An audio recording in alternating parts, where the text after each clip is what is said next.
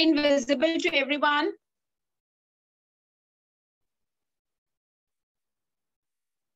Ria, the screen is visible to you, dear? Yes, ma'am. Okay.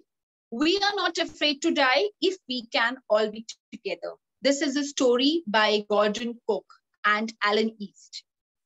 Now, Gordon Cook and Alan East, they have written several more stories and novels also they have written.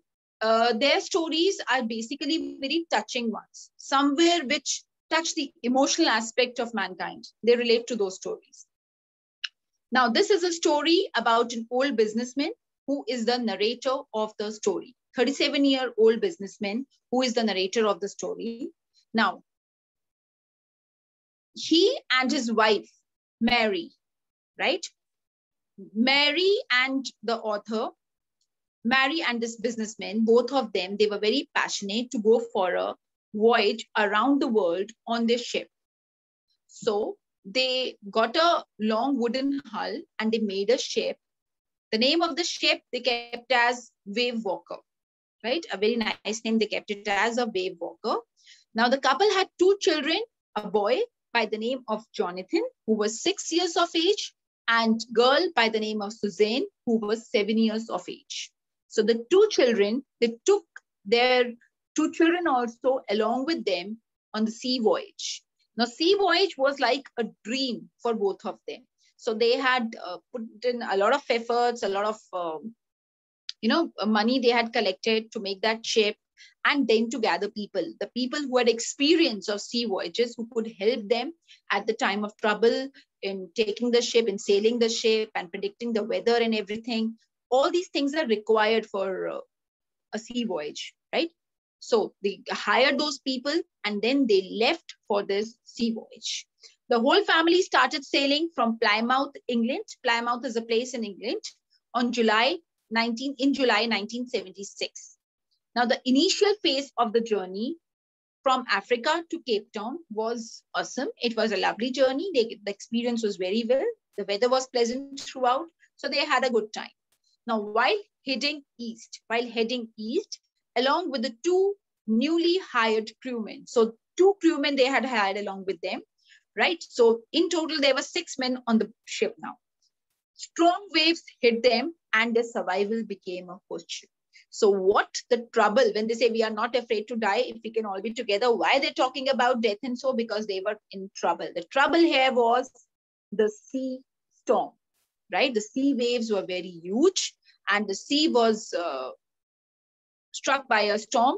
So there was a question in front of them, whether would they able to survive the storm or not. Because as I told you, natural calamities, natural disasters, whether it is tsunami, whether it is sea storms, whether it is earthquakes, they are something beyond human control. Men cannot today also, no matter how much progressive we are, how much we have gone far in development, but still we cannot control these natural calamities, right? So that was the question in front of them. I think the base of the story, what it is all about, that's very much clear. So now I want to start with the text reading. We are not coming up to the summary because we are going to read it in detail. Okay. Ria, will you please start reading the first stanza? Your connection is stable, Ria? I hope there is no problem. Yes, ma'am. Okay, please read the first stanza and then give a gap. No need to read that explanation. That I will give it to you and then we'll proceed further. In July 1976, my wife Mary, son Jonathan, 6, daughter Suzanne, 7, and I set sail from Plymouth, England, to duplicate the round-the-world voyage made 200 years earlier by Captain James Cook. For the longest time, Mary and I, a 37-year-old businessman, had dreamt of sailing in the wake of the famous explorer, and for the past 16 years, we had spent all our leisure time honing our seafaring skills in British waters. Our boat, Wave Walker, a 23-meter, 30-ton wooden hulled beauty, had been professionally built, and we had spent months fitting it out and testing it in the roughest weather we could find. Okay. Now, please, you must have a pencil in your hand and jot down the meanings of the difficult words, right? Now, in the first stanza, it is very clear to us that the narrator is the person himself. The man of the family is the narrator of the story. As he says that in July 76, my wife Mary, that means he and his wife and his children. His son was Jonathan, who was 6 years old, and his daughter Suzanne was 7 years old. They set sail from Plymouth, England, to duplicate the round-the-world voyage made 200 years earlier by Captain James Cook. Now, Captain James Cook took that voyage 200 years before than these people started. But these two, they had, he clearly says that we were very passionate about the sea voyage, and he and his wife always wanted to go for that. It was like a dream for them, right? So for the past 16 years, we had spent all our leisure time owning for seafaring skills in British waters. So they had done all the water sports they had enjoyed, and they were adventurous people, but they wanted to go for this voyage. So for that purpose, they got a boat, they got voyage. I've given you the meaning. It's a long sea journey, basically. Leisure is free time. Seafaring is regularly traveling by sea, honing our seafaring skills. That's improving the skills, right? Wooden hull. Hull word is used for basically something which is very heavy or overweight in a kind, right? So a watertight body of a ship. Okay, so they made this ship built, which was almost 30 tons in weight, and it was built professionally, fitting out everything, checking everything in detail, and they took months to prepare this ship. And once they did that, they ensured that the ship was strong enough to face any kind of storms or tough weathers. Then they set for sail in the month of July 76, right? Shall we, let's continue further. Second stanza. The first leg of our planned 3-year, 105,000 kilometer journey passed pleasantly as we sailed down the west coast of Africa to Cape Town. There, before heading east, we took on 2 crewmen, America Larry Vigil and Swiss Herb Segler, to help us tackle one of the world's roughest seas, the Southern Indian Ocean. So on our second day out of Cape, please continue, finish the stanza. On our second day out of Cape Town, we began to encounter strong gales. For the next few weeks, they blew continuously. Gales did not worry me, but the size of the waves was alarming, up to 15 meters as high as our main mast. Okay. Now, the first leg of a planned 3-year long journey, that was almost 105,000. Right, kilometer journey passed pleasantly. So the initial 3-year journey was beautiful. Now, when they're going around the globe, around the world on this voyage, obviously they're going to take a lot of time. So the initial 3 years were very pleasant, and they enjoyed the journey. They sailed down from West Coast to Africa to Cape Town. There, before the heading east, we took on 2 crewmen. So 2 people they took along with them. First was American Larry Vigil and Swiss Herb Segler. American Larry Vigil and Swiss Herb Segler. And the purpose of hiring these 2 crewmen was to tackle one of the world's roughest seas, the Southern Indian Ocean. Now, you cannot go for a voyage unless and until you have those experts with you, the people who know how to deal with tough situations. Water is a very strong force of nature. We generally ignore it, but it's really a very strong force of nature. You remember we read that poem in class 10th. If you people can recall, what was the poem which dealt with something related to water and fire? Fire and ice. Fire and ice. Fire.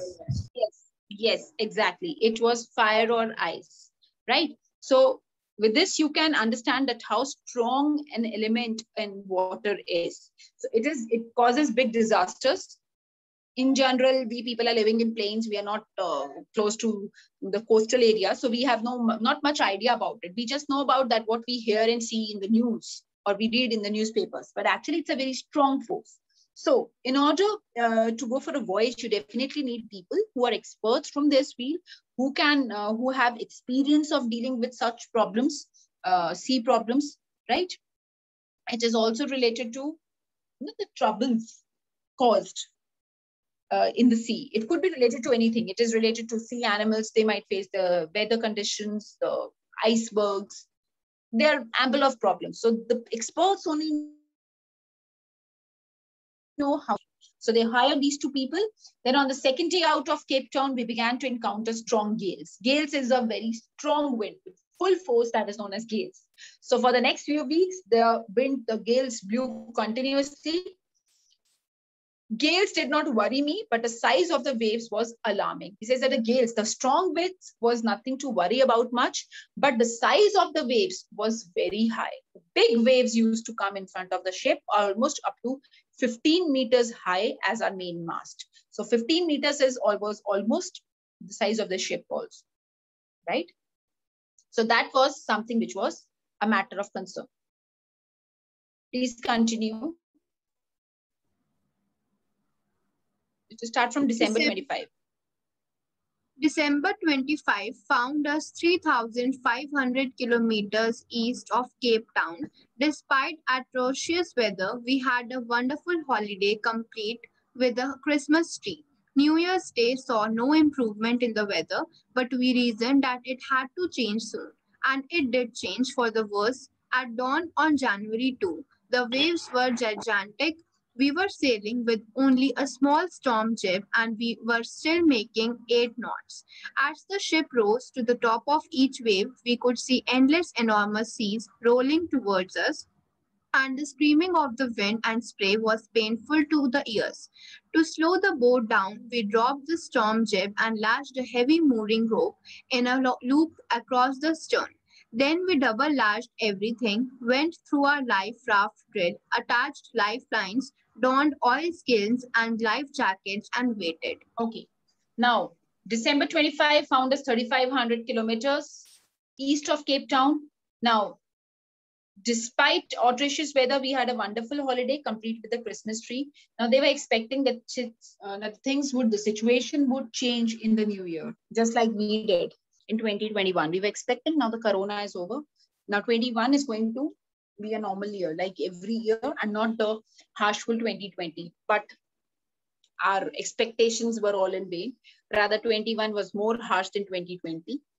So same thing happened with them, right? So at dawn on January 2, the waves were gigantic. Gigantic is something which is very huge, big, enormous in size. So we were sailing with only a small storm jib. Now, jib is a triangular stay sail set forward the mast of a ship. So it's like a triangular stay sail to perhaps give the direction to the ship. And we're still making 8 knots. 8 knots is a speed, right? Which is generally considered for that sea journey ke liye hum ye consider karte hain. So they had covered that much distance. As the ship rose to the top of each wave, we could see endless, enormous seas rolling towards us. So when the ship was on the top of a very high wave, they could still see big and huge waves, numerous in numbers, approaching them further. Means the sea was really as if it was, so angry and so furious that they could see the worst part of it. And that water as a force was really very terrible for them. They had no idea how to take it. So, and the screaming of the wind and spray was painful to ears. The wind was the speed of the wind was so high that it was like paining their ears. To slow the boat down, we dropped the storm jib and lashed a heavy mooring rope in a loop across the stern. So somehow they tied a rope, they took the sail off. What all